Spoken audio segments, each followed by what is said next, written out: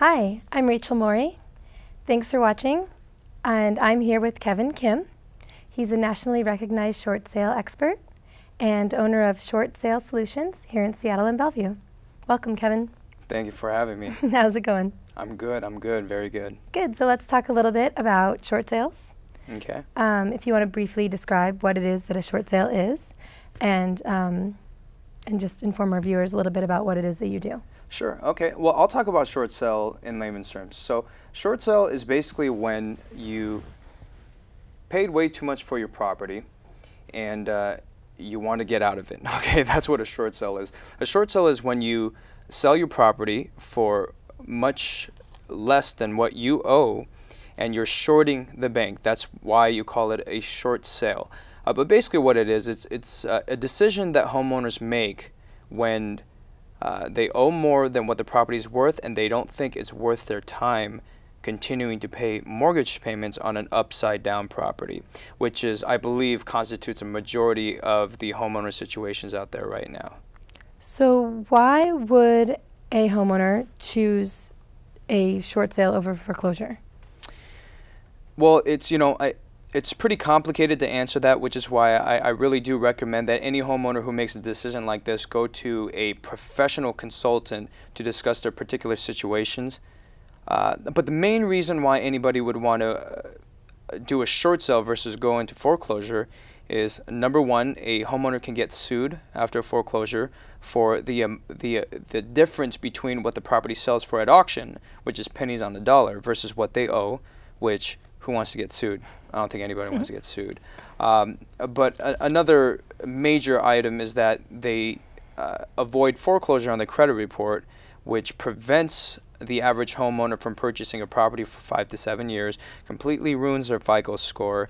So, it's going to be very difficult to obtain a line of credit, obtain an auto loan, student loan co-sign. If your children want to go to college and they want to get a loan, it's going to be very difficult for you to co-sign on one. And so, it really prevents people from, borrowing money, which is, sort of a major aspect of your typical American lifestyle. So that's why people want to do a short sale. They want to avoid foreclosure on the credit report, and plus they want to do everything they possibly can to not get sued by the bank afterwards. So let's stay on the topic of the agent. Okay. What would one look for in finding a good short sale agent? Yeah, so you want to look for track records. A real estate agent, regardless of how professional they are, regardless of how great their marketing is, short sales are a completely different beast. Okay, so short sales is more for people who are not only great at consulting but great at administrative tasks. Okay, great in their organization. They don't need to be salespeople. It's a completely different story. Real estate agents are the reasons why. They're the reasons why a lot of homeowners are short selling right now. It's because of their great sales skills. They got people to purchase properties that are $300,000 more, I guess $300,000 more than what they were actually worth, and now you have millions of homeowners having to short sell. Their properties are going to foreclosure. So when you're looking for a real estate agent, you want to look for a track record. Who are they working with? How many short sales have they closed? You want to make sure that whoever they're working with has closed at least a dozen or 24, 25, 30, 40 short sales and have at least a 95% success rate. So when you're looking for an agent, look for a track record. You know a tree by its fruits. You don't want to mess around with an agent who's got great sales skills. It's not going to do anything for you. Okay, so let's move on to credit. Okay. You had gone into credit briefly before the previous question. How will a short sale affect one's credit? So contrary to popular opinion, a lot of homeowners think, oh, if I do a short sale, the hit on my FICO score, which is, your FICO score, if you don't know, it's basically the score that you receive from the credit bureau, depending on your, I guess, your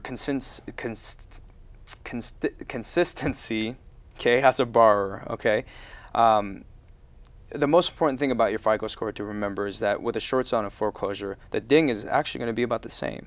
So a lot of real estate agents might sell you into doing a short sale, saying, hey, you know, if you do a short sale and avoid foreclosure, your FICO score is going to be, you know, far less impacted. Well, that's not true, actually. Your FICO score in a short sale and a foreclosure is relatively going to be the same, in a sense that you are going to experience a ding. The biggest difference between a short sale and a foreclosure when it comes to impact on your credit is the negative item that shows up on your credit report. So settlement for less than owed versus a foreclosure on your credit report. That's what makes the biggest difference, because Fannie Mae will allow somebody to do a short sale and then 2 years afterwards buy a property. Whereas with a foreclosure, that borrower is not going to have the capacity to obtain a mortgage for at least 5 years. So. Okay. Yeah. That's all we have time for today. And I wanted to thank Kevin for being here with us. You're welcome. Make sure you check out Kevin's blog.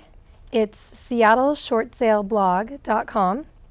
There's lots of information about short sales, about everything really. Absolutely. There's information on whether you're a candidate for a short sale or a loan mod. It talks about, you know, what's in your best interest. You know, it talks about how to avoid scams, which is a big thing. You know, that's a lot of people will want to take advantage of you. You want to make sure you get third-party professional consultation from people who you can trust. All right. Thanks, Kevin, for being here, and thanks for watching My Moment.